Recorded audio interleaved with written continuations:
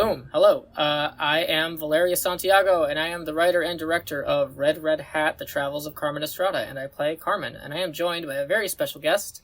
Hi, I'm Tim Sutton. I'm Valeria's friend and also co-writer and co-star of YouTube show Marble Hornets. Hell yeah. And you also appear in Red Red Hat, I believe, I think. Right. If I'm not spoiling too much of the next 5 minutes.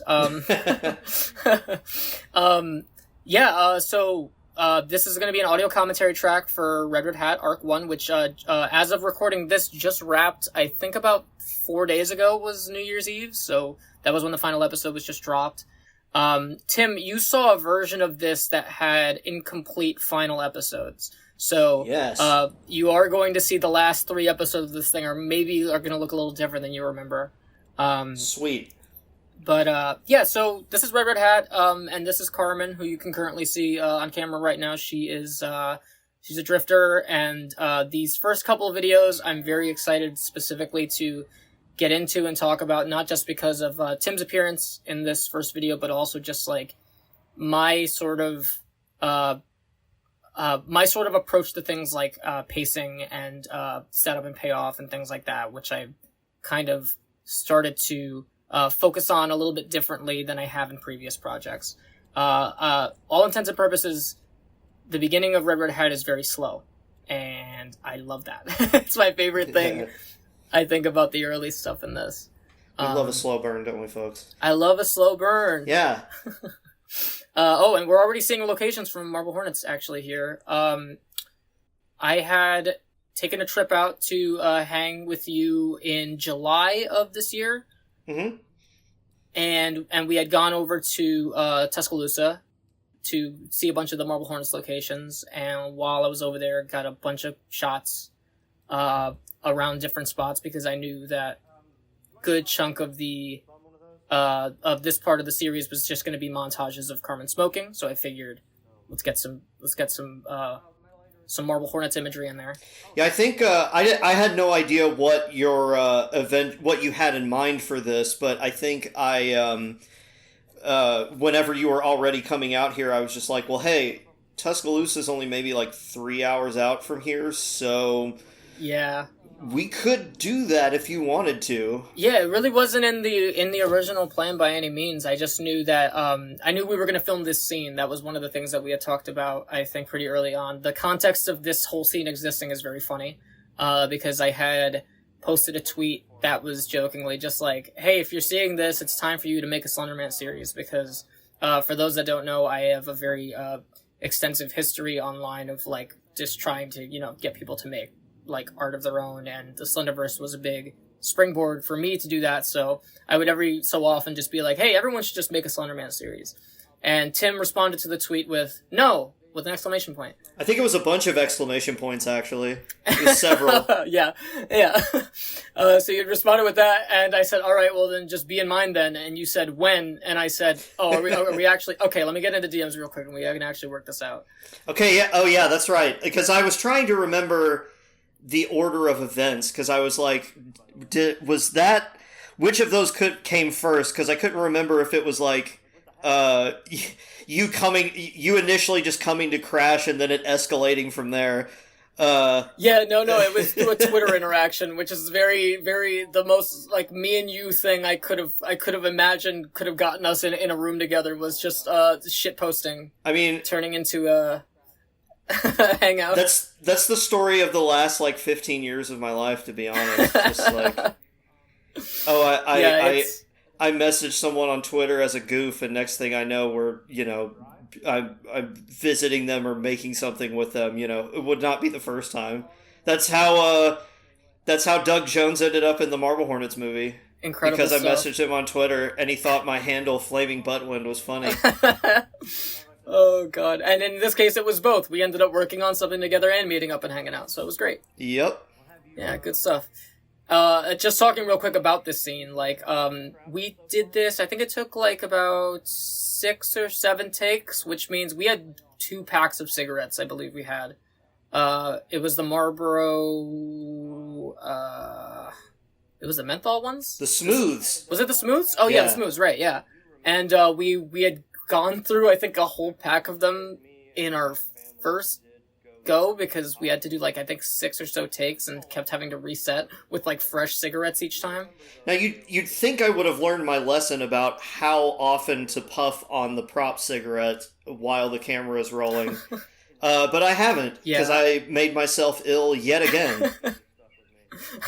Yeah, no, I was pretty dizzy by the end of, like, that shoot. I remember, I don't know if I still have the footage of this. If I do, I'm probably going to want to include it in, like, a behind-the-scenes thing or something. But there was a point, I think around our 3rd or 4th take, where, like, a guy rolled up and started talking to us. And it more or less was a remake of this scene that we're actually shooting, where a guy, like, just randomly took interest. He was like, "Oh, you guys making a movie? Could I bum a cigarette?" Oh, yeah. And, you know, like, we chatted for a little bit. Really, really, really nice guy. And then he just kind of peeled off. And I was like, did we just do a life imitates art moment? Did that just happen? I was gonna say, like, we should have tried to stay in character a little harder, but it startled me too much. I didn't have it was so wild. I wasn't quick enough on my feet. Yeah, no, the spot we picked I figured was a little bit out of the way enough, but it is also kind of in the middle of this kind of, like, public, not like a public square, I guess, but it's sort of like an alleyway tucked off to, like, the side of, like, where all the main stuff would happen on that strip. Only a very short distance away from the chemical fire that happened, like, a month after that. That's right. Yeah, you texted me about that, like, 2 months after? You were like, this is actually relatively close to where we shot. And I was like, I did not do this. I swear I did not do this. Like, I think we literally passed the spot it happened, like, on the way to this place. Holy shit. I'm pretty sure. Unreal. Yeah, well, I think the joke, what was the joke you had made? It was like, you know, like, there's lots of stuff that, the Slenderverse, you know, offhandedly, like, had, like, things happen in real life to do with, but only one person can say that they caused a chemical explosion from their series. And I was like, wow, that's beautiful. Thank you. That we know of, anyway. That we know of. Yeah, there's, like, Dark Harvest with, like, the cult stuff happening in abandoned buildings and all that. Like, you know, some people thinking there was actual cult activity happening due to a bunch of college kids shooting cult videos in abandoned houses. And here I am over here causing chemical fires. Yeah, I hear that Everyman Hybrid may not have been responsible for that ship that got stuck sideways in the Suez Canal a couple of years back. I don't know if you remember that.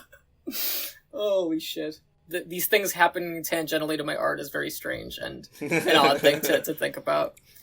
This is the Marble Hornets Hotel, funny enough, in the background of this. I think you were still asleep. Which you also stayed in. Yeah, we stayed there the night that we went to Tuscaloosa, we stayed there. I think you were still asleep. I had literally just run out. I was like, let me get an exterior real quick of the hotel. Just get as much of that as I can just while I was, like, around, you know, the area. I say you stayed in as opposed to, like, you didn't just drive up to their film and then leave like I did years ago. No. Stupid. I'm not going to start it like that. So what inspired these like, I know you were going for more of, like, the community aspect of all of this, but what was it specifically that inspired, like, the World In series? Was it just kind of brainstorming for things for people to submit? It's like, I don't care what you submit, it could be anything, it could be your sink. Wait a minute. Yeah, that's a great question, because I think the thing that the way that it had started was, so I used to run, this is I guess a weird way to start this, but I had started a series of, like, TikToks, like, a little while back when I had first started experiencing hopelessness at the beginning of this year. And it was mostly just a bunch of montages that I would post. There was a private personal account where I would just post montages of me doing mundane things.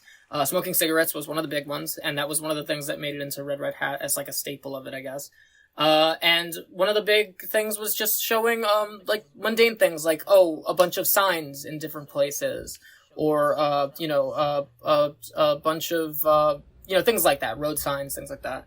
And with sinks, so when I was making, the World In series for Red Red Hat, one of the things I wanted to focus on is something that I know would make an appearance in a Slenderman series based on a trope. So it's like, you have the common image of people, coughing blood into their sink thanks to Marble Hornets.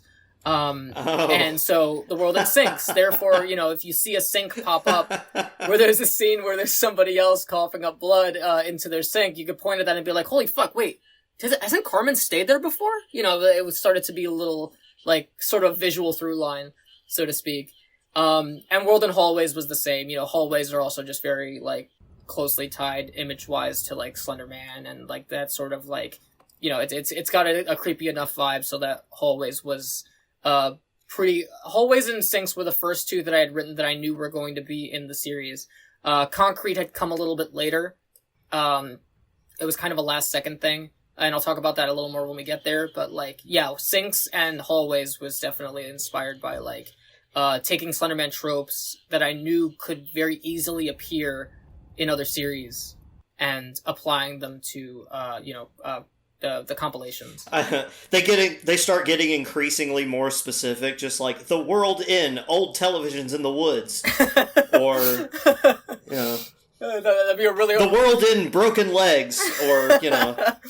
Yeah, like it's getting really specific. It's actually getting really hard for me to get these submissions from people. Like you don't have you guys don't have old televisions in the woods everywhere you are. Come on, just send in clips.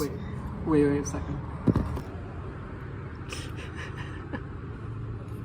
What the fuck? Yeah, that was also a really great hook for it too, because I was seeing like this whole new Slenderverse wave, I guess, like beginning after Alex Harrow's documentary had come out. And having a little space for like all of us to just kind of send each other footage and to kind of get this ball rolling a little bit more, where we would have people sending in clips, and that would be a good way to do crossovers with a lot of people that are far away. It's like, oh, you take the footage, I will include the footage, and I will, that way it still feels like we're working together on something in a way that like, works given the distance. Right. Yeah. You got that. Okay. Talk soon.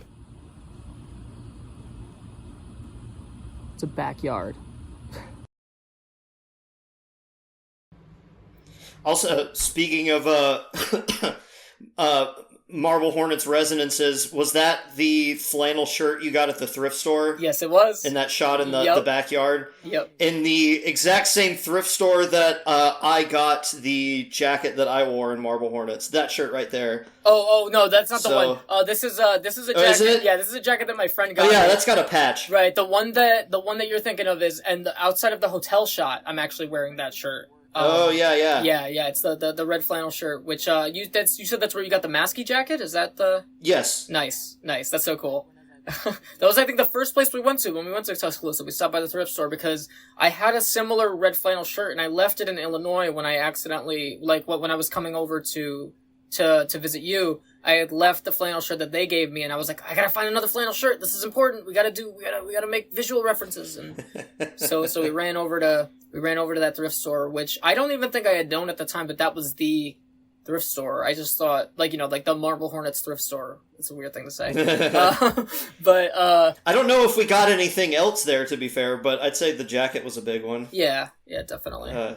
But it was cool to have it, and that was really cool. Real quick on a technical level here, I wanted to start introducing Carmen's editing as like a stand-in for state of mind, and I think that that's kind of an important thing, an important thing with the series in general. And I think that something that a lot of people don't really keep in mind when watching these types of videos, because the editing and the filming and everything is a character in the series, because these types of series are made by the characters and uploaded as part of the story. So it's like, I wanted to very particularly include Carmen's changes in editing as sort of an enforcer of Carmen's state of mind. So Carmen hates New York. She doesn't like being there, and so there's a lot of sudden moments throughout this section where she's in New York where the editing becomes faster and faster because she doesn't care for where she is. She doesn't care enough to show the audience this part of her world. She wants to be out of there. Which, that it kind of goes into the thing that everyone says about social media in general, which is, you are in charge of the version of yourself, the image of yourself that you're wanting to put forth. And yeah, it's if you're telling a story like this in first person, it's not found footage if the person who is recording it is also editing it, so it's also, there's not really a reason not to do that. Yeah. Really? Yeah, there's an entire perspective that's being actively manipulated, and that's essential to this form of presentation of media to the platform. Mm-hmm.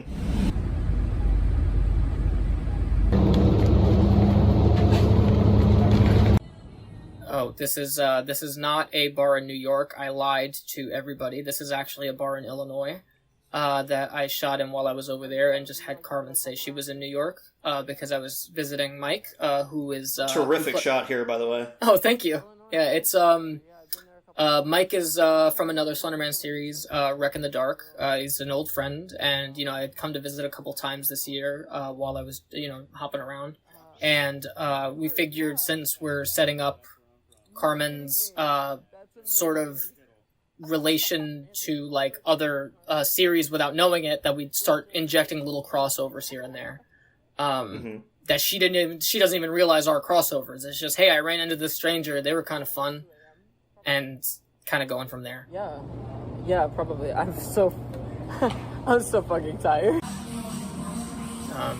So this is, I guess, the first Slender Woman appearance in the series. The Corner of 66th and 6th is the name of the episode. It is, I think it might have been one of the first things that I shot for the series when I got back to New York after my first long trip out of state. It's definitely, I think, one of my favorite things about the series. I think I got to really like establish a bunch of things. I know I've talked about this a lot, but like Slenderman as metaphor has kind of become this really kind of essential thing for me personally, and how it's portrayed, because I think you run into a lot of walls when you try to establish the Slender Man, the operator, whichever version of him, as like a character. Mm-hmm. It doesn't really feel like a character. It feels more like it has a function that is beyond just like the textual answers of what he could be or what he wants or anything like that. So it usually, for me at least, and from what I've seen in some of my favorite Slenderman works, is like, what does the artist want to do with him? What could he represent in the story? Right. And for Carmen, I've been transitioning officially for a little over a year, and dysphoria as like a topic was something that it's not even a new feeling, but it's something new that I've had to actually, like, now that I'm out, like, been dealing with in public spaces and trying to navigate that. So the Slender Woman as dysphoria metaphor, where we have like this distant woman that's very far away, and then as dysphoria symptoms flare up, she gets closer and also starts to look a little bit like a Slender Man rather than a Slender Woman. It's like this kind of essential thing to like Carmen's experience with dysphoria, because dysphoria to me is not just like not just one thing. Gender is social, and therefore dysphoria is everything. Carmen gets random flashes of dysphoric distortion, I guess you could call it, when she's just feeling insecure, when she doesn't like the sound of her voice, when she thinks that something looks off, or she isn't really fitting into a social situation, because all of this is social, and all of it is feeding into how powerful her Slender Woman gets at any point in time. And I don't know, like, I always thought that was a fun thing to just kind of like tackle with the Slender Woman. This isn't the first portrayal of Slender Woman ever. Her design comes from a series from like 10 years ago called The Origin Files, which did have both a Slender Woman and a Slender Man in it. Really great design. I really loved using it, and it rocks. It's really cool. That was going to be something that I asked, and I hope I don't phrase any of this too clumsily, but I am curious. What was it that made you decide to use the Slender Woman as the sort of dysphoria metaphor? Just because I guess as a cis dude from the outside looking in, if I would have thought that the Slender Man in this particular situation would be 10 times worse from a horror perspective, but I guess it depends on, or I'm having trouble phrasing this how I want to, but I think I get what you're saying. Yeah, I think like the horror of it, I think, is that the Slender Woman is generally like pretty harmless in the story. I mean, in this first episode, it's Carmen basically going off to go looking for her because she's drunk and wants to like show the audience, because Slender Woman is generally pretty harmless, and it's just like this thing, like in the distance. But it's the man version of it. It's the version that creeps in. It's the version that it's the version that makes you feel insecure and wrong. That enables that aggression and enables that violence, I guess, so to speak. And that's where this comes from. Where suddenly the physical threat is way more like increased by the Slender Man part of it. Slender Man is not always there, but when he is, it's dangerous and it's scary. So it's like, it's I don't know. That feels to me like the best, my best version of trying to like embody what dysphoria feels like. It's like the woman you want to be always just feels like it's too far away. And at any point in time, the flare up can cause you to feel wrong or feel like, ostracized or incorrect. Like there's just something about that. I see. That really speaks to me. So it's when we talk about the Slender Man as the force of nature kind of way of portraying it, it's kind of like Slender Woman is the harmless version of it, I guess. Yeah, definitely my version is the kind that lurks but doesn't. It looks but doesn't touch, I guess. Yeah. Like she is. If anything, even if she isn't like physically imposing, her whole deal is that she is still a reminder. It's like she's still there. She's still in the distance. She's reminding Carmen constantly of who she wants to be. I see. And that also in and of itself can be a form of torture. Right. Like she sees this unattainable thing, and then anytime she tries to pursue it or tries to live with it, the flare up could happen at any point and just like harm her in the different way, in the man way. I see. The song that she was humming. And here we have another editing montage. Right here, Carmen is watching a clip from Inside Llewyn Davis. She's watching the film, specifically. A very key scene from that movie that Carmen kind of misses the point of, which is very funny to me. But yeah, and then you have your very fast editing the longer we stay in New York. A fun fact about this whole stretch is that I was in New York way longer than I was planning to be for the real-time aspect of shooting this. I was still working on casting Ray. He was not cast yet. And because of that, I was stuck in New York longer than I was planning on being originally. I was going to be out of state for like a lot longer. But I needed somebody that was from New York, so I was there for longer. And so there's 2 extra videos here. The one you just saw, August, and this one, The World in Concrete, were not originally written in. They were just kind of on the fly videos that I used footage that I had for to kind of stretch the time out, because that is one of the issues about filming and creating these things in real time, is that if I'm in New York longer, then Carmen is in New York longer. Like she has to be there for longer. You mean you didn't want to just have an increasingly elaborate excuse at the beginning of every video until you just quit acknowledging it altogether? Oh yeah. No, Carmen had work. Carmen had work. Yeah. The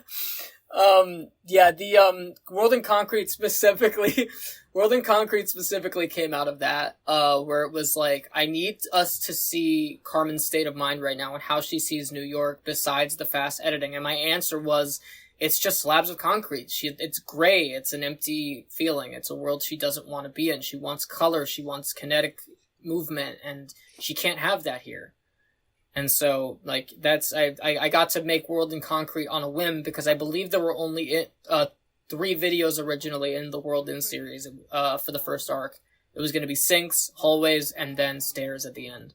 And then Concrete just kind of was randomly birthed from, like, the time, from the real-time aspect of the show, which I think is great. It's one of my favorite additions to the series. Back at it soon.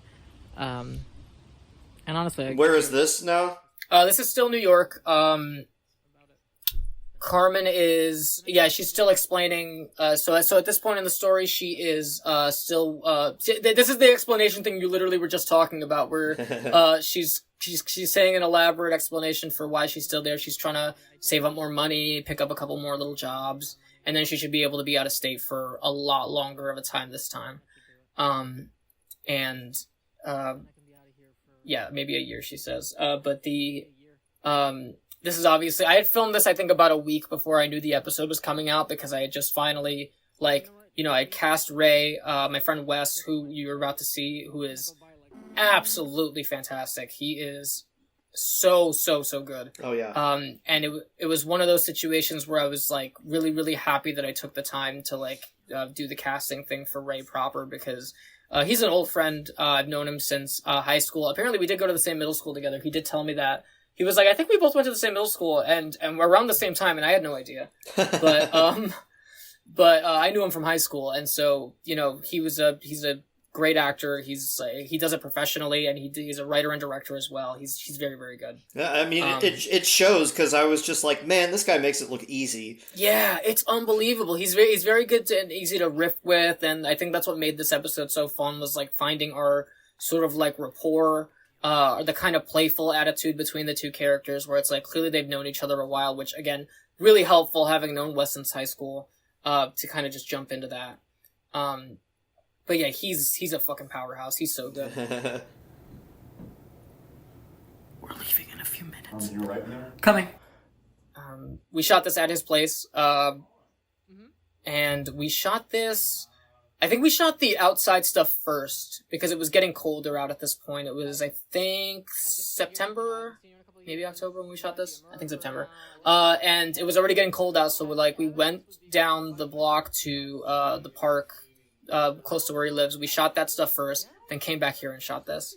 Wait, okay. What is this? What? I'm recording, just in case I'm a murderer, Why would... Yeah, he's just so good. It's so great. I love, he was really on it. I think we only did about 2 or 3 takes per thing. I think at one point we had knocked something out in one take, and it was just like, yeah, of course, because he's got the dude's got the sauce. I don't know what to tell you. Yeah. Record later. Not like that. Not like that. I didn't mean that. Yeah, I was like, already when we were shooting our scene, I was like, dang, I'm a little rustier than I thought I was. And then I saw this video, and I was like, I'm a lot rustier than I thought. I think you did great. I think it was a great scene. I'm really grateful for like the takes that we did, because I think we kept finding some really interesting stuff. Yeah. Like to kind of like to play off of, like with each new take, and like the rapport just kind of started to grow more and more. And it's like I was also saying with Wes, like, me and him have a rapport since high school. Me and you hung out in person for the first time this year. Yeah. Like that's like, also true. We have to build that. Yeah, we have to build that rapport. And I think we did. At the scene, I really liked the scene. Hit me, come on. Talking about the actual, just shifting gears real quick. This was like, I think, the most important episode to get right, because it's the first episode in the series we get like more personal information about Carmen, because up until this point she's just been this kind of cool, mysterious, red-hatted drifter who's just like, oh, we don't know what her deal is, she's just so sick and cool, oh god, she's so sick, and here comes like somebody from her childhood, more or less, to just ground the shit out of her like immediately, and to like make her out to be like this kind of like, oh, you're kind of a scared person, that like a lot of what you've been doing is actually informed by a lot of really troubling shit. And I remember sending the script for this to another creator, another Slenderverse creator, and I remember them saying, whoever you cast for Ray needs to knock this out of the park, because this is a very, very tough script. And I was like, yeah. And then I sent the finished video to them, and they were like, oh, you nailed it. You got the fucking perfect guy for this. I was so happy with it. And, there's also some choices in this that were made for convenience sake, too, and that's also the fun thing about putting something like this together. The reason this shot exists is because Wes has the script in front of him. And I didn't want to have to be like, hey, let's go out into the cold and have you, like, have to have a script fully memorized for this shoot. It's going to be a really tough shoot. Let's have the script in front of you and make it an episode of reactions. This is about Carmen's reaction to the information that's being given to the audience. And that ended up working out pretty great, I think. Yeah. I mean, there's no harm in that. I mean, in the Marble Hornets entry, that's like the interview with me, that's just my arms, and The one that when I'm fidgeting with the paper and everyone thought I was up to something. Well, the paper I'm fidgeting with is the script. So you know what? I figured that. I think I don't know if you ever said that on a commentary or something, but I remember watching it and being like, something I would do. Yeah. Is I would make that the script. That would be so nice to have that as an excuse to have the script in front of you. Yeah, I think that's one of those things that, I mean, lots of people have done that, so it's not... Yeah. Anyone watching this who thinks that would be a shameful tactic, there is no shame in such things. Oh, no, it's great. It's a great use of it. Like, you have a character with a clipboard or a notebook or a binder in front of them. Like, why not stick the script on it? It gives you something cool to reference. One of these days, they'll just have, I don't know, can smart glasses do that? Just display a script on the lenses like a teleprompter? Oh god, I think that would give me like the most massive headache of my entire life if I tried to do that. Like the script half an inch from your eyeballs. I can barely see as it is. I'd imagine that wouldn't be great for the whole eye contact thing. Yeah. It's like, performance? No, it's fine. It's okay. We're just... God, yeah, in terms of this scene, it would work, because again, this has an episode of reactions. It'd be really funny to think of Wes sitting right on the other side of camera with the big, like, Google glasses or whatever the fuck it is on his head. God. Just a big-ass Oculus Quest. Like a... Oh, God. Tried to grow up. Tried to start over.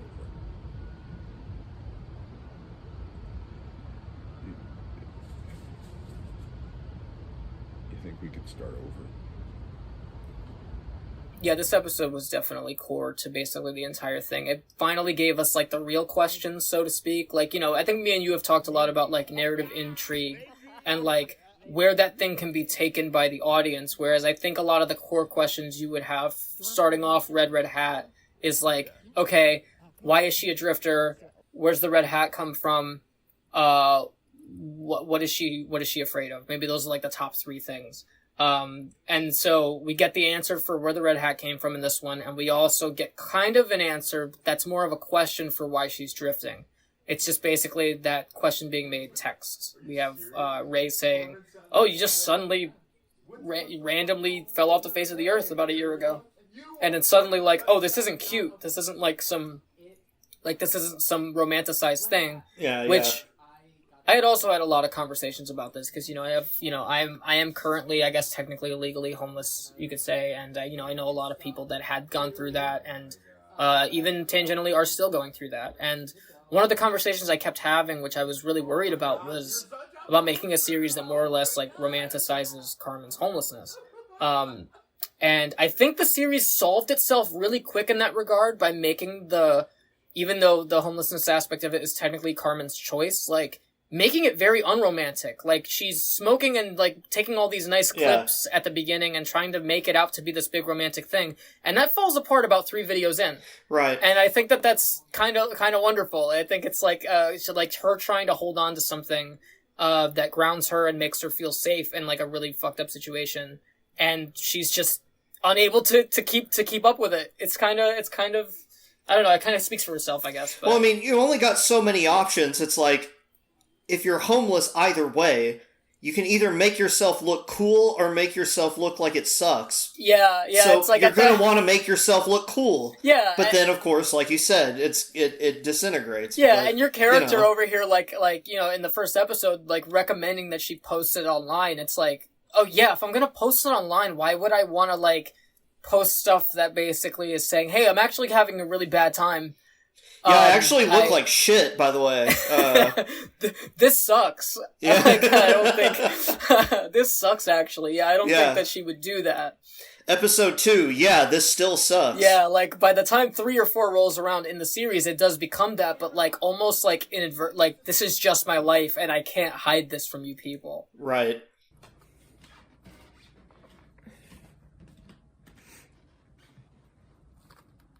And I guess it becomes the point of the thing where by the end of it, she's got people talking about, cinematic conventions in Slenderverse stuff, and about how I think Red Hat would be considered to have, like, some pretty, well plotted cinematography, like very intentional cinematography, and that's because Carmen reveals herself to have, been like a filmmaker, at one point. And that is, part of her core character. Like, she is trying to romanticize visually her situation because she has the tools to do that. But the thing that's nice is around the time the crossover special occurs, later in the season, it gets messier, and you get to see, like, other people's perspectives, and it starts to look a lot more like, you know, a real world with real people in it, rather than just this kind of messy, this kind of clean-cut thing that Carmen created. You know, like...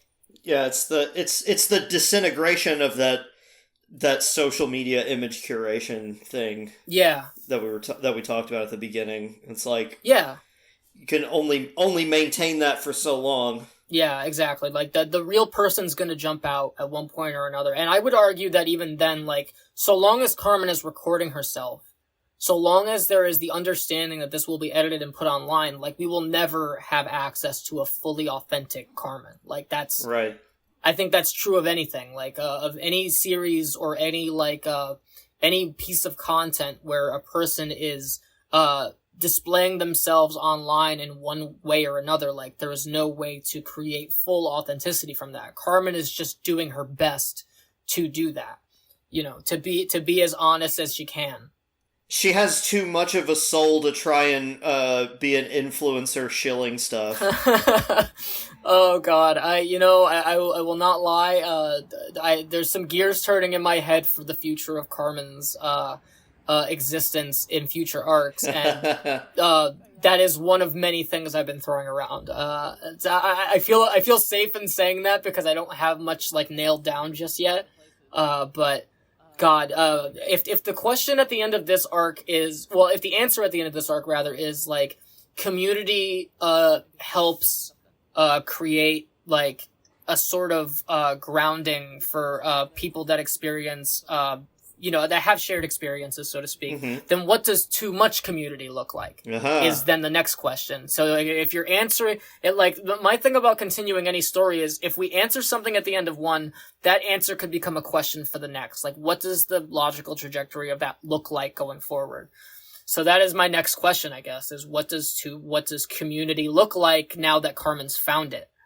And that's going to be a lot of fun to figure out. So what will the name of your cult be once she joins one? Or will she found it, do you think? The Red Redditor... I can't even say it. The Red Redditors.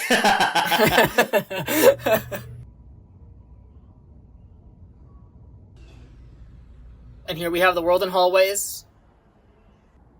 Some of these clips are wonderful. These were all sent by different creators. Some of these I did get, like, some of these I did film and just kind of put in the middle.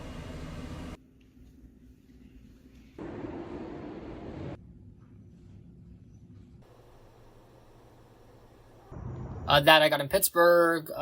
This was sent in, stuff like that. This is unbelievable. That tunnel's so rad. So was that one. Hey. You were standing, I think, about 2 feet to my left when I filmed that. Yep. And the railroad tracks. Yeah, I keep forgetting about the railroad tracks. And that place. Oh, yeah. God, there's so much, like, just random stuff in the Alabama woods where Marble Hornets was shot, just dispersed. We did hit, like, almost all of the locations. Yeah, not bad. We didn't get to do the Red Tower because of that park. And also just being in a different town, but also I didn't actually know where it was in the park. And then, like, a house from a couple entries that I couldn't remember where it was, and then, yeah, the hospital. But I think we hit, like, everything else just about. Pretty great. Pretty great trip, like, just getting all of that in there. And I'm a big Season 3 person when it comes to Marble Hornets, so, like... That's right. My big thing was those first couple entries of Season 3... Me too. Season 3 of Marble Hornets has such, like, specifically iconic locations, I guess, for me, even in those first couple of entries, like the railroad tracks, I don't even know what to call that, but that elevated kind of platform thing, the wooden thing from Season 3, where the first episode of Season 3 happens, that I got a shot in front of. Oh, yeah. And the mental health clinic that Tim walks out of, which I actually saved until the crossover special to use the clip I got with that one. And was very happy that I waited on that, because I ended up being able to use it at a pretty core moment during the special, where a person was the character Beth Kindred was talking about their experience with the Slender Man as a person that's ruined their life, but also made them who they are. And I got to, from that moment, cut to a clip of Carmen standing in front of the mental health clinic from Marble Hornets. And I just think that there's something kind of lovely about that. Also, you were sitting on the porch of the house that I lived in that was also, Tim's house? Yes. In Marble Hornets? That was burned down. That we fake set on fire, but looked like it may have gotten caught on fire for real at some point or something. They gutted that thing. Yeah, they stripped that house entirely. Bummer. Yeah, it was wild. We walked up to it and it was literally just completely wood on the inside, and I think I saw there was no floor. I saw I saw a turned over wheelchair or something in there. There was still a fridge in there, and I was like, what happened in here? Yeah.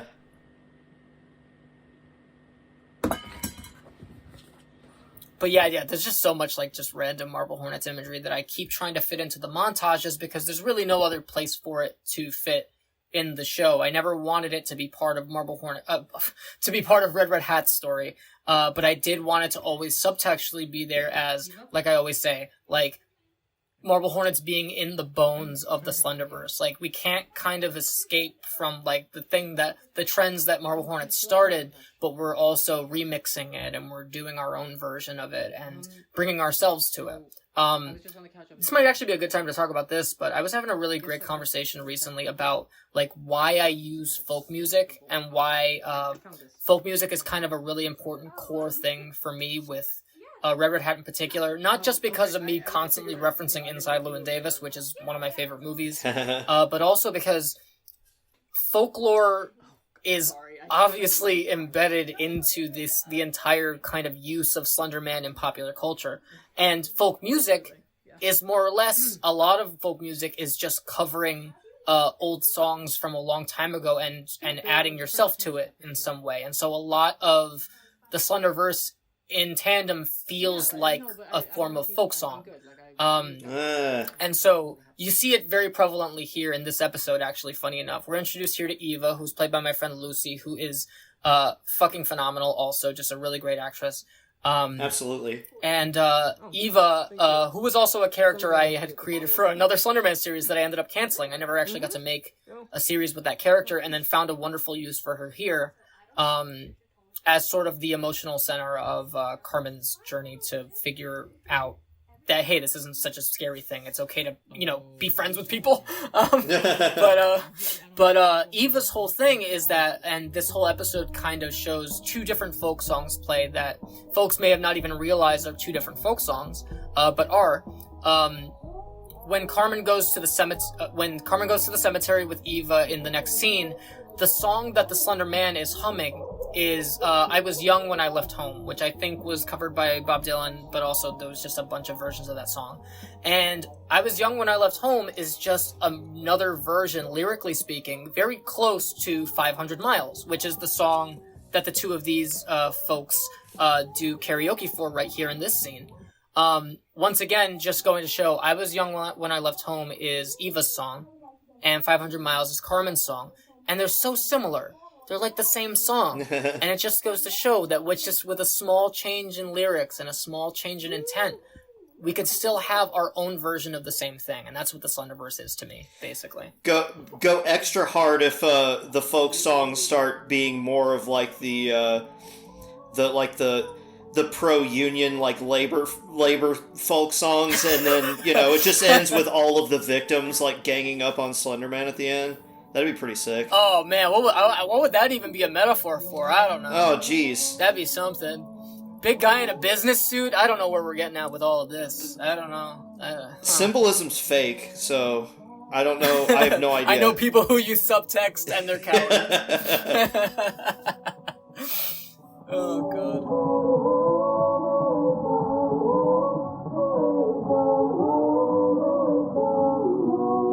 Lord, I'm 500 miles away from home. And this was also I came up with this really not late, but not long before releasing this episode. I wanted to sort of do a conceit for why the Slender Woman sings. At first it was just, when I had come up with it, it was just, oh, this is creepy, giving her a new thing to do that's slightly different than other incarnations of the Slender Man. We'll have her hum me a little song whenever she's close by.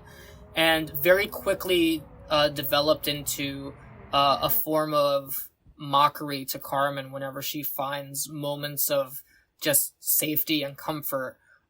In this case, she just had a nice, time singing with Eva, and then singing the song on her own, and all of a sudden she hears the song being sung back to her from a distance by Slender Woman, and it's like, I can't even have this, I can't even have my piece. Hey, morning. Hey. Oh, and real quick, in this scene, and in the scene before, we have Kay, who played Mary in the very good ARG series, Hi, I'm Mary Mary.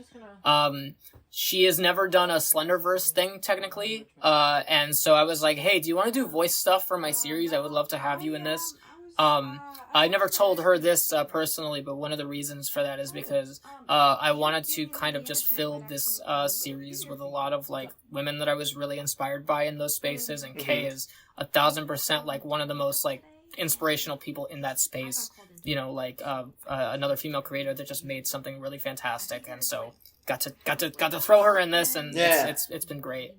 It's been really, really cool. Just getting to inject this work with a whole bunch of trans women creators and cis women creators, just women creators in general. It's just been great to just have a bunch of just cool gals in there. I was gonna say there are more women in this community than there were when you first started getting interested in this stuff, in more ways than one. Yeah, as far as a lot of us knew. Yeah, yeah, it's really been wonderful. And there were some great foundational Slenderverse series that were run by women. Also, the final episode of this season features a couple of those women. I was able to get into contact with some foundational folks, to send in some footage, and so it's cool. I once again just got to work with a bunch of people that I had been watching for years and years, and just these really cool women that were making female-led series back in the day, and were more or less in a lot of ways getting shafted by the current, I guess, state of things online.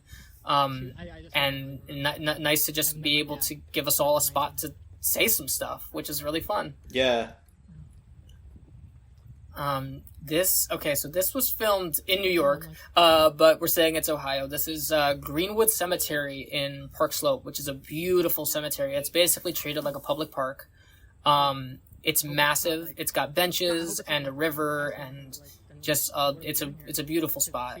I went there twice to film. I filmed one shot for episode 1 here, and then I filmed this scene here.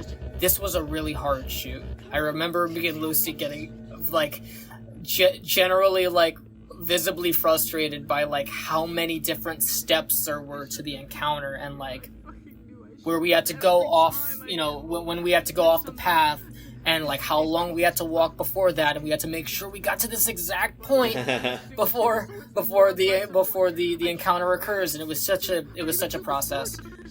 We were originally going to film the entire episode in one day, but we filmed the graveyard sequence, which took 3-ish, maybe, I think 3 hours. And then after we filmed that, we were just you know what? I think I'm good. I think we could do the second part of this episode another day, because holy shit.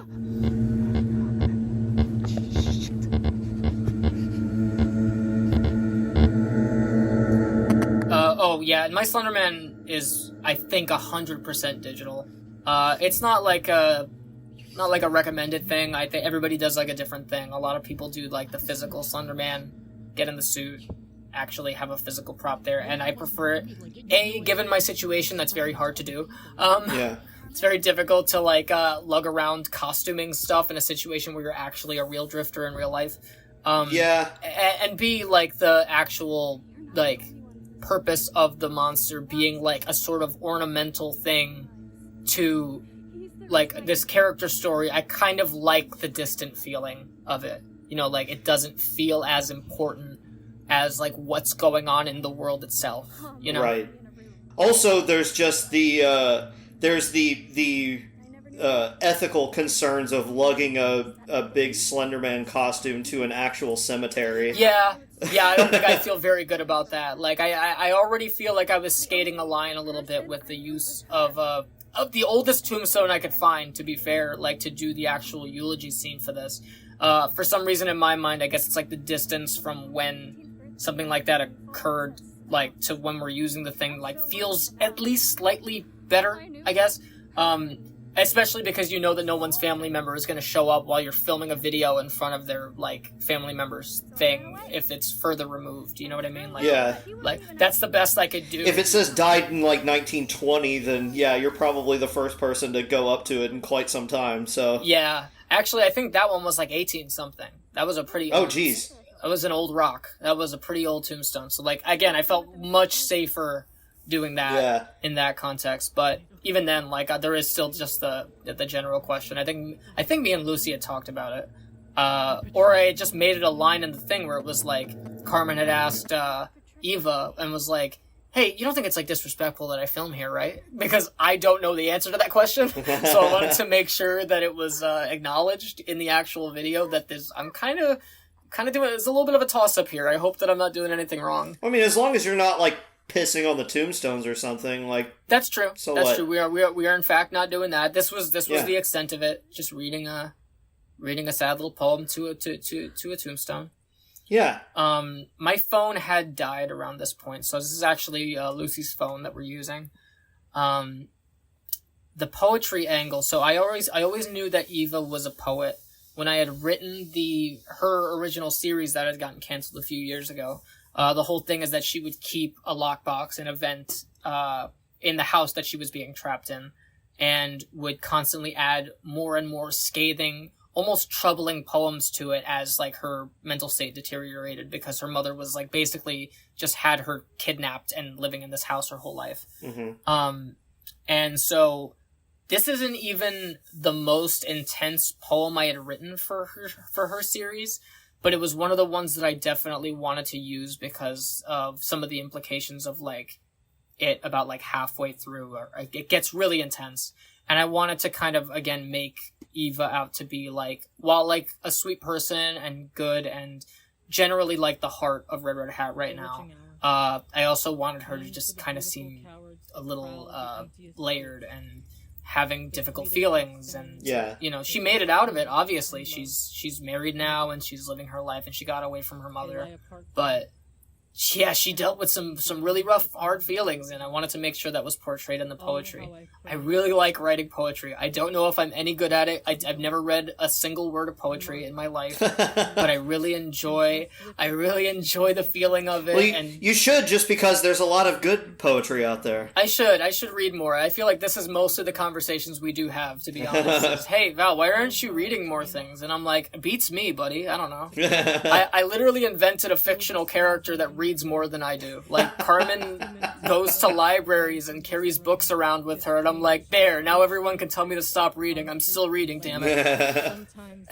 It's so bad. I need to read more books. Well, the good thing about poetry is that they tend to not be as long as regular books, so you can read a whole bunch of them in not a very long time. That is a good point. That might be a good jumping off point for me. That and audiobooks.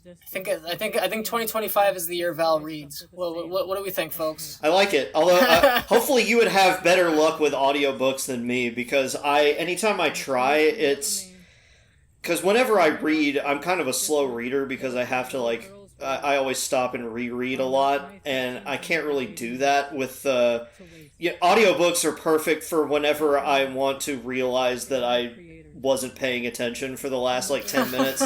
I'm the opposite with physical reading. Like, I'll get through a whole page and I'll go, what the fuck did I just read? Oh, no, I'll do that, too. I don't have to, go back. It's just much less annoying to go back and reread whenever it's words on a page than audiobooks. Also, the quality of the narrator has a lot to do with it. If the narrator sucks, yeah, that's fair. I can't pay attention. Yeah, there's a lot of factors there.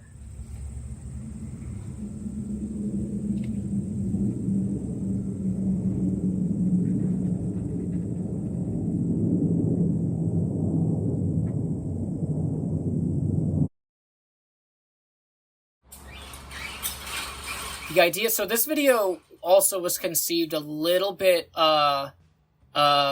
differently than how it came out. I knew I wanted a bit of a break between Carmen's low point and the Real Witch episode. So the episode, which is called Down, was conceived as another one of the montage videos, but I realized after Real Witch that something that I wanted to start showing that was that Carmen was picking things up from people she was crashing with. Eva was a very foundational person for her, made her realize that her relationship to music isn't some scary thing that the Slender Woman can just take away from her. And so now we have montages like the ones before, but these are set to music. And so now we have music as a character in the story. Whereas before that, the montages in the early stuff almost feel like they're missing something. Mm-hmm. It's empty. It's just dead air with her smoking a cigarette and it cutting to the next shot. But now we have a little more life injected into it. There's a kinetic nature to it. Yeah. That was a lot of fun to realize as I was editing. So many of these payoff choices came as I was plotting as I was actually editing like the episodes. Like, oh, I can do something with music here. And it can be explained in universe by Carmen discovers how much fun it is to edit things to music. Yeah, exactly. And isn't that where most editors like start anyway? It's like a very good way to like figure out what the invisible rhythm is by like engaging with the visible rhythm. I used to do that shit just for fun sometimes. Like, I even had like another channel that was like all just I don't think it was unlisted, but it didn't have my name on it or anything, but I would just sort of like mess around in Premiere and just like sync up songs to movies or TV shows or something. Like, I like finding to the point where I still do that. Somebody sent me a video that was one of those. It was like a song synced to like an episode of a TV show, and they sent me the link, and I was like, you're not going to believe this, but that's actually my side channel. I made this. Oh, no fucking way. That's amazing. Holy shit. Yeah. And it only had, like, you know, maybe, like, a couple hundred views or something, so I don't even know how they found it. Like, it was not... My name wasn't on it, nothing like that. So, yeah. But, you know, it's... The people yearn for, you know, audio syncing. There's something primally satisfying about being like, damn, this shit do match up exactly, don't it? Yeah, there was a video I did a little while back that was basically talking about how music videos are sort of a really good entry point for editors, and how video editing in general... And directors. Yeah, oh, for sure. And video editing as... you know, there's that thing you learn about in film school about the invisible rhythm of editing. And that's more or less like this really, like, nebulous thing that that doesn't really have a definition. It's like you just feel it, you know, like while you're editing and while you're watching something that's edited. You could feel when the rhythm is off, you could feel when the pacing is weird. And so my thing is, music videos are a great jumping off point because the rhythm is not invisible. It is a very visible rhythm that you can like actually work to get yourself familiar with the idea of cutting the time. Yeah. And that was something that I had always, like, I had really latched onto that for a while. I love doing music-based stuff. Well, I mean, and yeah, like, there's a lot of famous directors that started off doing music videos, like David Fincher was a music video guy, Spike Jonze is a music video guy, Michel Gondry, I think Martin Scorsese directed the Michael Jackson's Bad video. Yes, he did. And then John Landis did the Thriller video, unfortunately. But yeah, so yeah, it's baked in there. And, you know, every famous director wants to do a musical at some point. They all have one, lots of time, you know. Yeah, I'm sure. Coppola famously did his that didn't do very well, and Scorsese, you know, it's The directors love musicals. Yeah, I mean, the relationship between music and film, it's, you know, it's an audiovisual medium, so, like, a whole half of that can be devoted to music and sound, so, like, it's a big thing that I think a lot of directors can't really escape from, you know, like, yep. How does this work visually, and how do we make, yeah, there's a whole lot of that there. Because in this life, you can't win. So this is, we're once again going back to the use of music, funny enough that we're talking about this, but, like, how the singing is reaching its apex, so to speak, where it's like now Carmen can't even sleep because Slender Woman is singing to her while she sleeps. Also, it's her birthday, which, you know, this is fucked up. Like, at this point, it's like, give her a fucking break, buddy. Goddamn. This was also just a fun fact, and I don't mean this in like some kind of way. Like, I was having a particularly bad night this night. It was, I had gotten this motel, like, last second. A crash that I had did not work out, and so it was late, and I had to get this motel.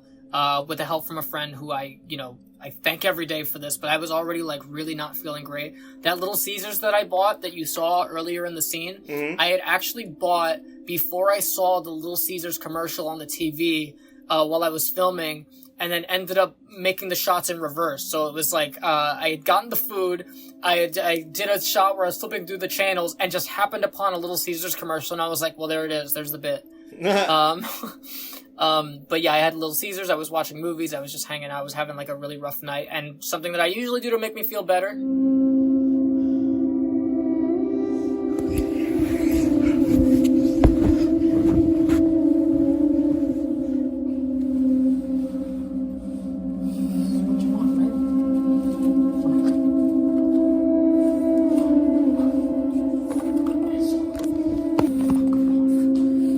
Smoke detector missing? Oh yeah, probably.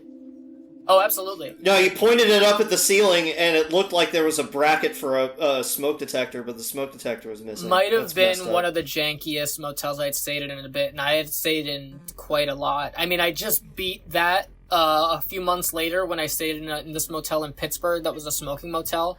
They didn't even have... it had a draft, so it didn't even have proper insulation. They didn't give me towels.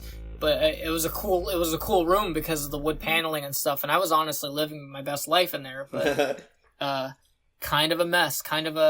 Before that though, that motel that you just saw was probably the roughest spot I had stayed in. Yeah, I didn't want to interrupt you earlier, but it was my facility guy instincts kicking in again. Just like, oh well, that's most definitely not up to code. Oh, absolutely not. I don't think most motels in Bushwick, Brooklyn are up to code. I'm gonna have imagine to. not. I'm gonna plant my flag there. Yeah. This shot I got by my friend Maria's place. She has roof access, and I was like, I want to go up on the roof, and I would go up there every once in a while to smoke. And so at one point I went up there to smoke, and I was like, I will film as well. And I think this might be one of my favorite shots in the season, because it does the fun frame searching thing, where I think like audiences are primed, I think, to look at who's talking. And so you're looking at Carmen the whole time, and it'd be very difficult to realize that if you just look away from her for a little bit, about halfway through her little speech here, that there is a Slender Woman in the scene, but she's just so compelling, and you just can't look away from her. She's just yeah, Slender Woman does show up at one point, I think right after she admits her big thing, because there is a big this is a big low point moment for her where she does reveal something that the audience probably wouldn't have figured about her beforehand. But you know what? At the end of the day, I was still the one that pulled the knife on him. And, oh, there she is. You didn't have to put her behind the trees, but you had to go the extra mile, huh? Oh, I loved it. No, yeah, well, I put her there, and then I saw at one point that the trees went over, and I was like, oh, I could do this. Yeah, there you go. Get that chroma key going. It was kind of a difficult edit. I do tend to think that when I put things in the distance, they still look a little bit too in focus, so like, for a later digital monster, that's definitely something I'm going to be thinking about. Mm-hmm. But again, the digital use of this character is so ornamental to like what I'm trying to do anyway that sometimes I just go, fuck it, that's good enough. I have a story. I got a story to tell here. I don't know. Definitely one of my favorite shots in the entirety of this thing. Oh yeah, definitely.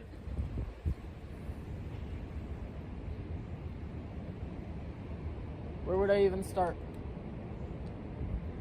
And the transition at the end of this shot, as you know, was a lot of fun. Yeah. That was pretty sick, yeah. Thank you. Yeah, I had, that was a lot of fun to figure out. I had shot the roof scene first, and I was in the motel that night, and I had all of the same clothes that I was wearing, thank goodness, because I often leave bags full of my clothes at certain crashes. So sometimes I don't have the right clothes, and I just happened to have the right thing that day and was like, all right, fuck it. I'm also glad that at that point you had not seen the scene in The Big Lebowski where he drops the joint in his lap in the car, otherwise you may not have done it.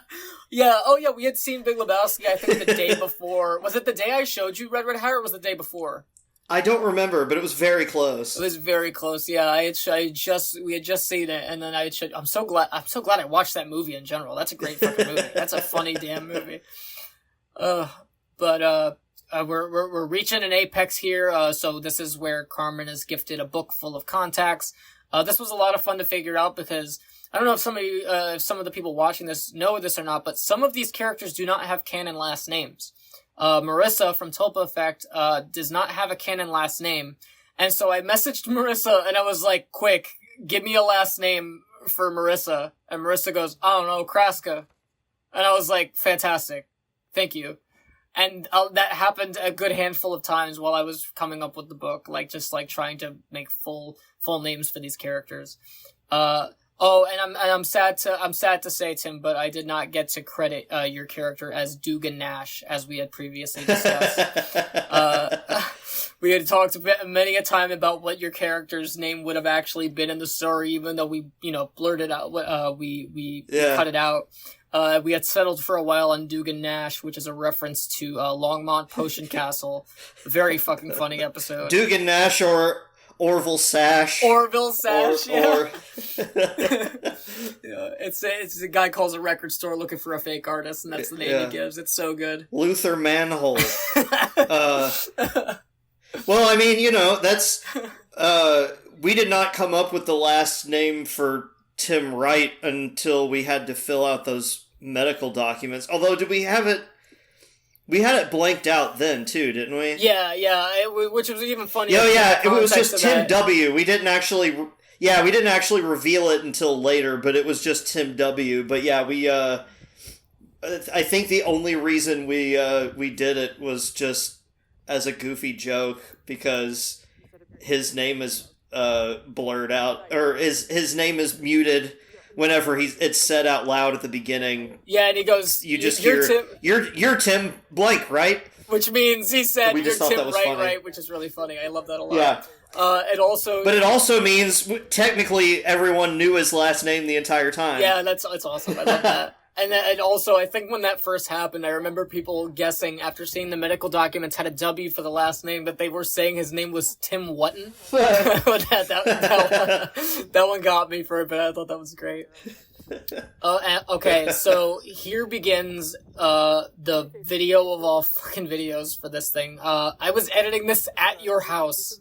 And before that, and even longer before that, this video took about a month or so to make, I think, and is just is my thesis statement for the entirety of the Slenderverse, I guess you could say. It's, it's my love letter, sure, it's, to the genre and otherwise, but it's also just me trying to tell people for the longest time, why I'm doing this still, what I still find value in with this thing.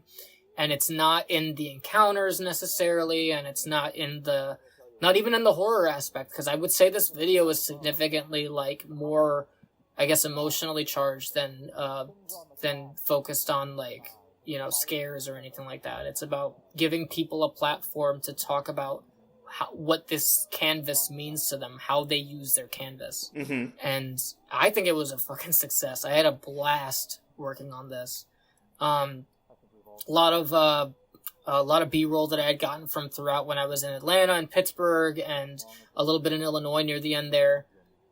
And it's just the amount of different times the weather changed just on that bus ride, where it was a lot of snow and then suddenly it was no snow at all. It was warmer over here. It's just so much, you feel like you're going so much further than you actually are. And I think that's the great thing about filming this stuff too, is that I get to approximate distance for people and they just have to trust me, and I think that's fun. Yeah. But yeah, so a lot of these videos were submissions that were sent in by other creators. And then for a series that I couldn't get people to send stuff in for, I just had videos of Carmen watching stuff from their series in order to just show that the videos are out there. And that they are also accessible content. Tries to break you down in as many pieces as possible, just so it can pick you back up and put you back together like fucking Lego pieces. It really fucks with your emotions. What am I being interrogated or something? I just have to look like it. Come on. how I am being interrogated. Well, look at it that way. Okay. Hey, would you mind? Yeah, and so, like, a good portion of this were sent in. I know that window. This, oh yeah, I remember this one. Yeah, this was the very. I'm a sucker for a good. They call them whip cuts. I still call them whoosh cuts. Whoosh cuts, I love but, that. you know. Yeah, Yeah, for the viewers. So this is my window at my house, and then when the camera swivels, it is somewhere completely different. Yeah, Ted, for those of you that also don't know, Ted is from Australia. So there is no way we were filming that in person. And well, not Ted, with an attitude like that. Ted also picked the most interesting location to shoot it at, because I was like, I don't know how on God's earth I'm going to match that. So I just decided to go for matching the lighting rather than matching the place. I knew that the light was coming from the left, so I put the light right behind Carmen for when the camera swivels. So like that was the best that I could do, because it was such a neat location, but it was like it had like these metal plates on the walls and ceilings, and I was like, I'm not gonna be able to find something like that in a week. But I made it work. And so yeah, so the series, I mean this episode is broken up into 3 different kinds of crossover, I'd say. It's broken up into the submissions kind of crossover, which is just people sending me videos, and then I would just make them first person from, you know, whoever the camera person is on their end is just someone standing in for me as Carmen.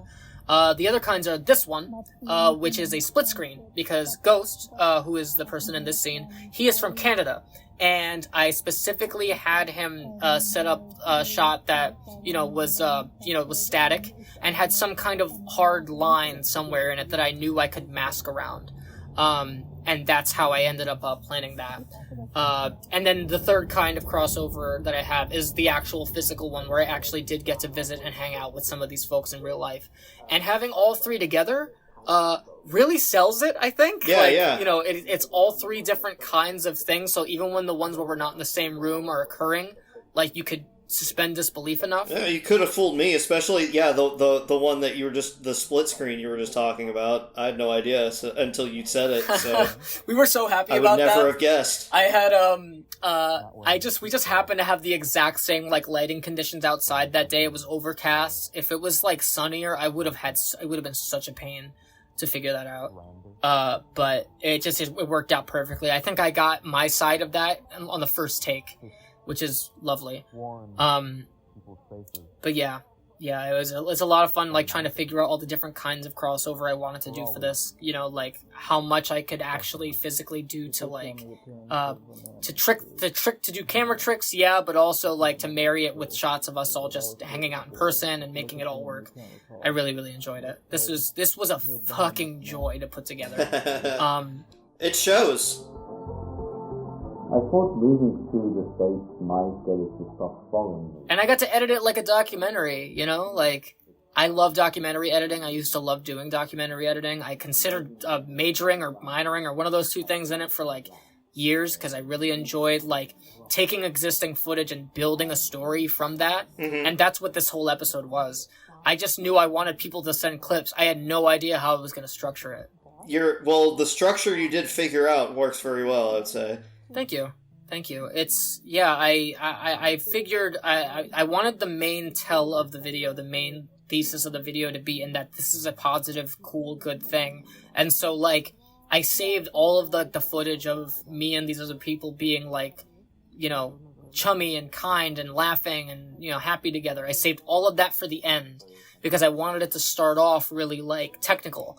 And I think what most people watch Slenderman stuff for, which is like, I want to learn more about how this Slenderman works, and I want to learn more about, like, the lore and, like, the specifics of the base narrative, and I wanted to strip all of that away by the end and be like, actually, this is just about community and human interaction and people and shared experience, and that's what's important to me, at least, in this context. And so it was a joy to figure that out. I loved getting to do that. And it also, you know, there's kind of the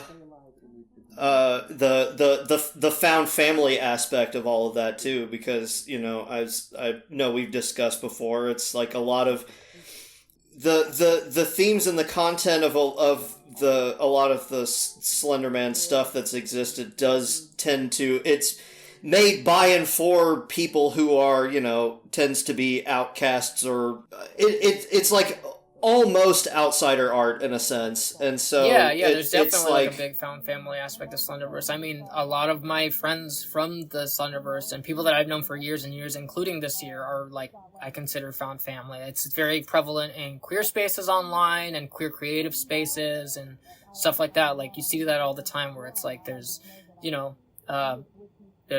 people's lives are complicated and people deal with a lot of things at and around home, and then they find people that are not only similar to them in like the aspect of like queerness and transness and all that stuff, but also even just having creative stuff in common, like enjoying making similar things and talking about things with passion. Like, that's where a lot of this comes from as well.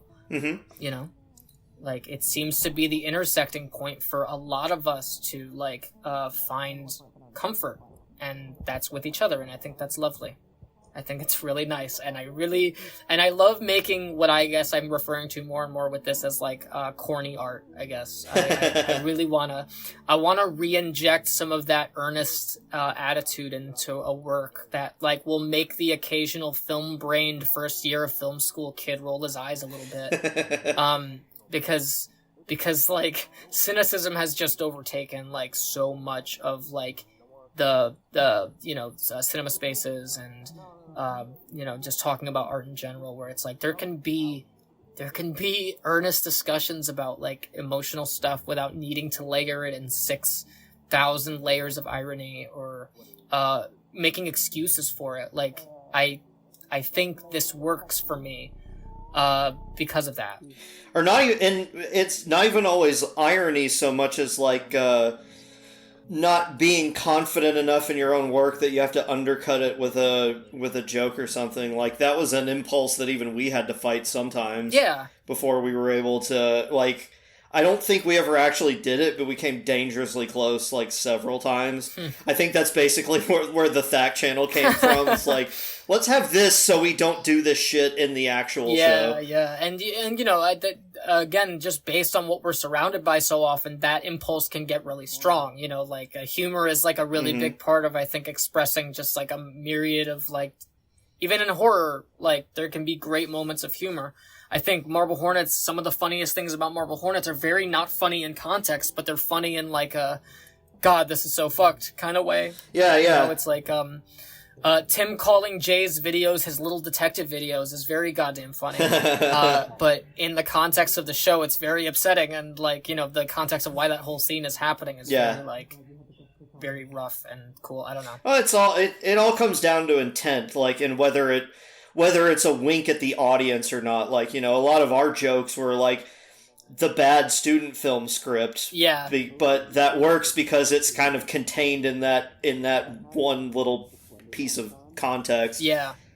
I was actually just rewatching season 1 of Marble Hornets like 2 days ago. We were showing it to a friend, and there was a scene that I didn't even realize it was in entry 17 where Tim was talking to Alex after doing the line read, and he goes, Alex, did you write this? And he goes, I did. And he goes, And that was it. That was the whole interaction. And I was like, holy shit. Okay. It's a good joke. And again, it would have been really easy to like overdo that reaction, but no, it was just a little like, okay.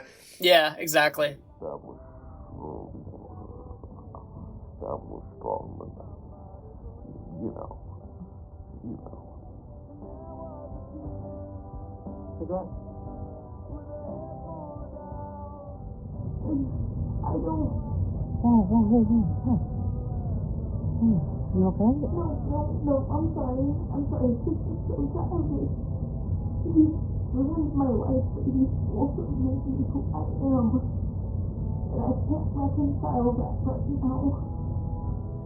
Okay, so there was originally supposed to be a crossover at this part. I unfortunately could not get it to work fast enough with the creator that I was looking for, and then me and my friend Mike had basically plotted out this idea where it was like, a mini montage of just other videos from other series that Carmen's just been watching over the course of a day, as like the lighting changes around the laptop, and it's like, you can see that she's been watching them for a while.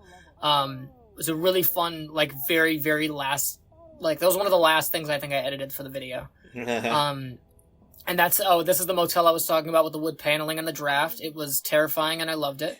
It's also a smoking motel, which for me personally rocks. Wood paneling smoking room combo is just, unbeatable. That paneling is going to hold in every single particle. Now that I think about it, yeah, shit.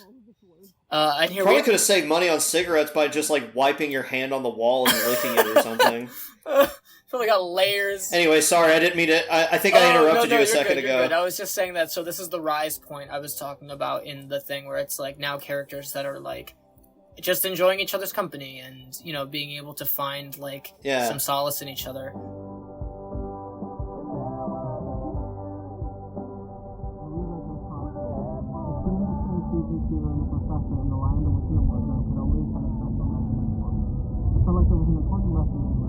There's a great little moment there. That flashing light is very important for me for later. That is in and of itself a crossover, which is a lot of fun. You get to see little things, which I never really got to do in my previous series as intensely. I love this shot to death. This is my friend Mike on the right there, and then my friend MJ, who came to visit from Oklahoma so that we could film a triple crossover, which was a lot of fun. Nice. And this was a last-second thing. I was reading this. This was actually MJ's book. That she had given me a bunch of books, and I just started reading this one out loud in the car. And it really that passage that I read just felt so perfectly it fit that moment so much, and kind of again was a thesis moment where it's this is the personal aspect of this that's important to me. It was one of my favorite shots in the whole series right here. This one. Hey. And the payoff, which is Eva's Carmen singing at Eva's house and being interrupted by the Slender Woman, and then this time silence.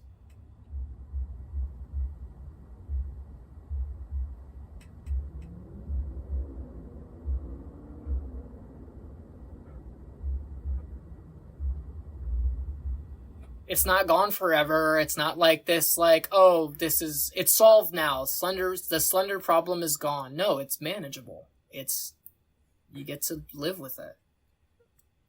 That was a real ass cry I had too that day. That was lovely. I had a good old time to, sometimes it just feels real good to just let it out. In any situation. I was actually feeling really great that day. I had a really great day. I think we had gone out to see a comedy show that day. This was with you. I was we were doing this, and I stepped out back at 2 a.m. I was I'm gonna have a fucking cry. I'm gonna cry, and I just did, and it was great. If Slenderman is already a metaphor for broadly speaking, whatever you got going on. Then if you do have something going on in real life, you might as well just switch that damn camera on, right? It's a hell of a lot easier than acting, I'll say that much. Yeah. It's the whole thing is the thing I was saying earlier about dysphoria as everything. Mm-hmm. It kind of encompasses everything, and so it's even the lack of it can be overwhelming. I was in this space for a long time, and I've had my mental health stints here and there. I won't speak too much on it because we're on the internet. Something that I often found myself realizing as I was figuring out more about myself was that I would get the most overwhelmed when people would say nice things to me, or I would say nice things about myself, because I guess there was a version of me that always saw the negative stuff as the default, and so. That's what I guess I was channeling in that scene. It's something good is finally happening to Carmen, and she can't handle it.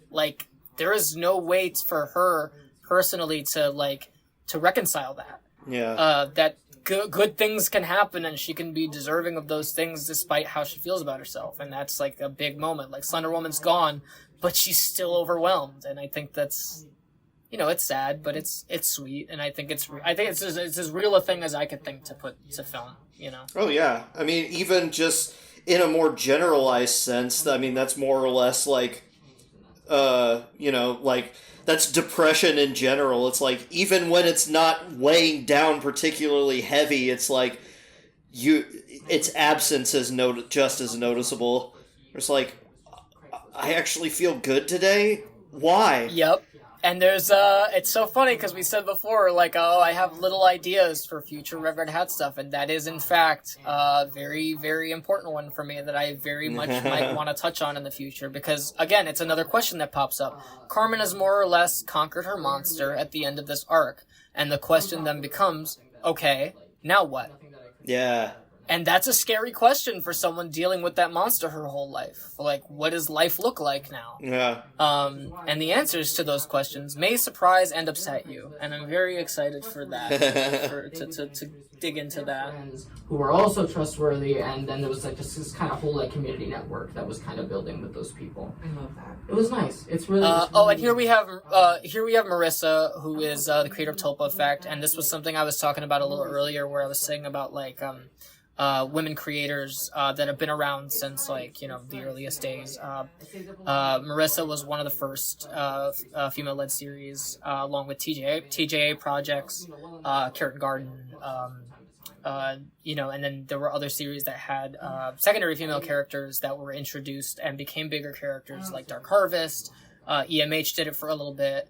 But yeah, like, Marissa, I consider to be one of the foundational women in the Slenderverse, and getting to do a scene with her for this once again just felt like huge honor. I fucking adore Marissa. She is like one of the kindest people that I know, and she's been so supportive, much like you have, Tim. Like in regards to like the you know the making of this project and the wider community stuff. And I'm grateful I'm grateful to have been able to not just share a scene with her and you, but also to just like be able to talk about like the art in this in whatever way with you guys, as I have been. You guys have actively made me a better artist. Oh, you know. Had to get my corny in there. I had to say something corny like during the Marissa scene, because Marissa would have this thing that whenever I would say or experience something emotional in front of her and start to cry, she would start like egging me on. She'd be like, "Yes, cry, yes." She's so Marissa, if you're watching this at any point, that one's for you. Thanks, sis. It's a one-person acting class. It's great. It's so great. Speaking of, she's also a phenomenal actress, and yes, we talked a lot about acting as a process, and I don't know if you've seen Tulpa Effect, but I always recommend it to people as like one of those foundational works that like kind of got skipped over at the time, which is such a shame, because it was on a level even back in the day. Like it's unbelievable. Oh yeah. The only Slender series that I've watched all the way through is this one. Holy shit! Well, yep. I'll send you a list. You have 4 weeks to spare, right? 4 You have 4 straight weeks of all content. at once or split up? No, you're gonna play each one on an individual monitor at the same time, and it would still take you 4 weeks. You know, there's only like 300 of them. I don't know, like, but that's the thing. Like, it's never about watching all of them. It's just about like, you know, finding which ones gel the most with you and which ones like speak to you the most. And that's the cool part about the Slenderverse. Like my favorite series.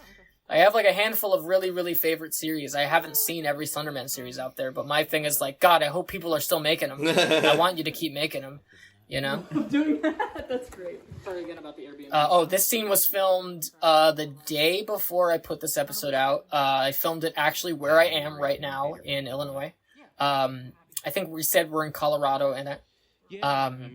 And I filmed this for my buddy Mike, also from A Wreck in the Dark, because since Mike was the one to start the crossovers at the beginning of the season, I wanted him to be the final crossover physically in the story before we started wrapping up with the stair montage, I guess. And he's great. He's still working on his series. He's got a bunch of stuff that he's working on that I'm really excited to see. Like we've had so many discussions about like his trajectory and stuff like that. And this is, again, the thing that I'm so excited about with Slenderverse stuff, is getting into those like long thematic conversations with your people about how excited you are about this idea and that idea, and this is what I want to display and portray, and I don't know if I can do it, and sure you can. And that's the entirety of what the Slenderverse is to me, is the positive kind of like the positive egging on, I guess you could say, of just like, yeah, you could do it, just do it, you know, like it'll be great. And that's it. That's the entirety of my experience in the Slenderverse.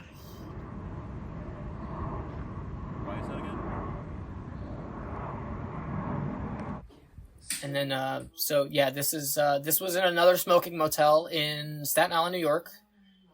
God, I was like on empty this day. I remember when I filmed this. I was like, I was exhausted. So, she's supposed to be in Rockford, Illinois at this point, because she is going to check out the mural that your character had recommended that she go check out. Hey. I think the version of the scene that I had showed you didn't have any jump cuts in it. It was just a long version of this speech, which I think worked fine in its own context, but I think, again, if we're doing an emotional editing thing, if there's somewhere Carmen feels like she needs to be, I feel like she'd want to get through this part of the video as quick as possible. So I literally have her just like quick jump cutting like in between there, like, all right, come on, let's just get to the part that matters. You know, it's like, yeah, this reveal of information, or rather like this kind of like this come to Jesus moment that Carmen has for herself here, like in terms of wider community stuff. That's great and all. She has way more personal stuff she should be like kind of figuring out right now. It's great that you found community. Now let's apply that to something. And I don't know, I think it works. I liked it. I think this shot, I did 10 takes of this. It was very hard. I did not have a script for it whatsoever. I just knew what I basically wanted Carmen to say. And I ran through it so many times before there was a version of it that made sense to me. Do harm again.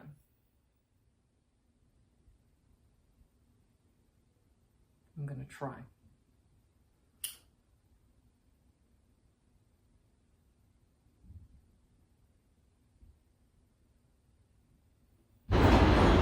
This shot is in reverse.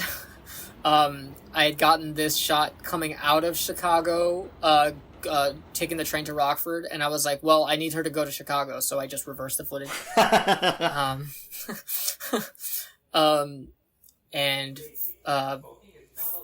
This audio right here was happenstance at the airport bathroom, the guy coming on and saying, no smoking in Chicago O'Hare International Airport. And I was like, wow, perfect. You gave me that's the exact location she's supposed to be in, and the no smoking thing just adds to it. So, thanks, Chicago. Fuck. If only you'd known ahead of time, you would have had a cigarette in your hand and then been like, Oh, darn it. Shit. come on. So we also have like a kind of reprise here, I guess, of like every World In episode from prior. It's like the World in Sinks, World in Hallways, and then culminating in the World in Concrete.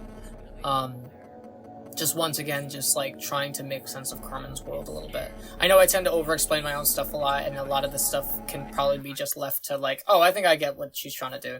I have a big history of like wanting to demystify the process. Yeah. People can pull away whatever they want from my stuff, but like, here's what I wanted to do, and you do with that what you will, you know? Because it's fun. It's fun to do. It is so fun. Like, you know, like it's cool. It's cool seeing art as a way to look into somebody's thought process. And so like, I don't like to ambiguate that. I want to disambiguate that and be like, here's what I was thinking. If you think that is cool, then great. That's awesome. You can also bring whatever you want to my work also. Like, it's just, here's where I'm coming from with it. I could probably just see the mural at any time. This was a really hard one to put out after Those That Don't See It, you know, this crossover special, because I felt like I was doing the editing school thing of, introduce a character that can kind of suck by showing them doing something that they're good at or that makes you feel for them first. So as a way to not necessarily trick the audience, but to like, you know, to get the audience into a place of understanding so that the rest of the story can then be told. Because Carmen obviously has dealt with some really intense shit, like prior to the series, and perhaps was the perpetrator of some really intense shit prior to the series. And all of that's coming to light here after a 20-minute long special that is more or less just like feel good and, you know, like priming the audience to just be joyous and feel great about this whole thing. And then, back to reality. It's time to like actually address the things, like why she actually ran away and all of that stuff. And that stuff isn't pretty. And I think that's the special really once again helps prop that up, I think. Wes is a fucking sweetheart because this was one night that I came back to New York from Pittsburgh because I was flying out of New York the next day to go to Atlanta, and I knew that I had one day to shoot, and he was like, yeah, sure, yeah, come over, I'll just be home kind of late, but it'll be after like 10 p.m. when we shoot, but we could shoot. And I was just like, I cannot believe that you went and did that for me. Like, we shot this in like at like a 10:30, 11 p.m. and he had work the next day, and I'm just like, dude, I can't believe it. Like, any more work that we do for Red Red Hat, we're gonna be planning like crazy. This cannot happen again. Yeah. He was very good with this. Because I know I would be like, in the spirit is willing, but I would just be afraid I wouldn't be firing on all cylinders at that point. But so good for him for being able to do that. Yeah, I'm sure he was nervous about that as well. But like, obviously, like this was like a reverse to the Smaller Theory episode, where it's now an episode of reactions on his end. So all he would have to do is react while I monologue. Whereas in our first episode, it was the other way around. It was mainly him talking with Carmen reacting. So it worked pretty well. I mean, he's a very like expressive actor, so like really, really great performance here. And God, the payoff to this, it all really comes together for me at this point.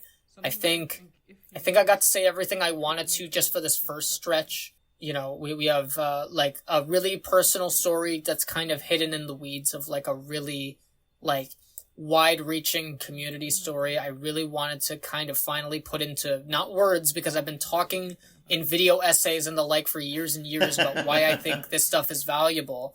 I wanted to be able to finally put it in a piece of art where it would like visibly, visually, emotionally make sense.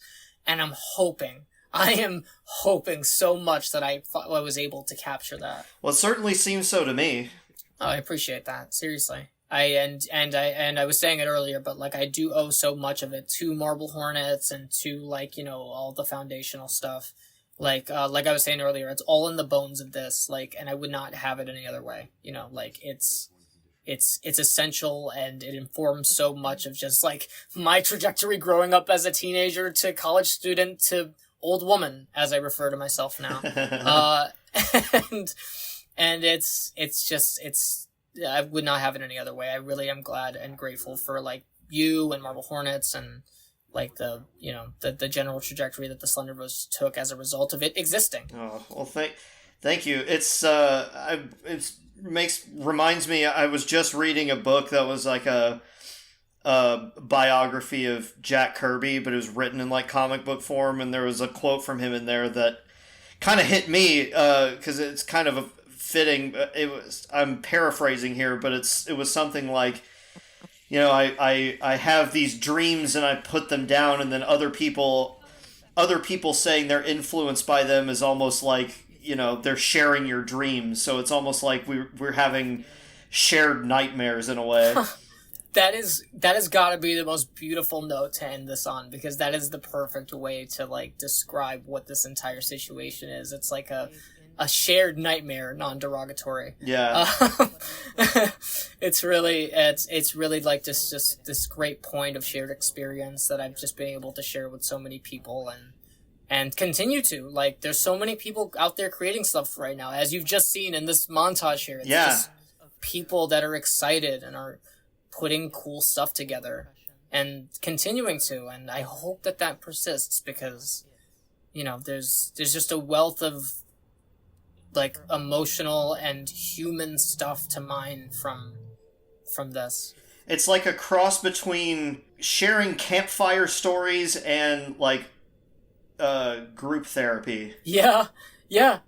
It's like a circle of people singing folk songs to each other until they feel better, and I think that's lovely. Yeah. You know, like retelling a thing that exists, but bringing ourselves to it, and like that's all that matters to me at this point in this space especially. And I hope that more people discover it.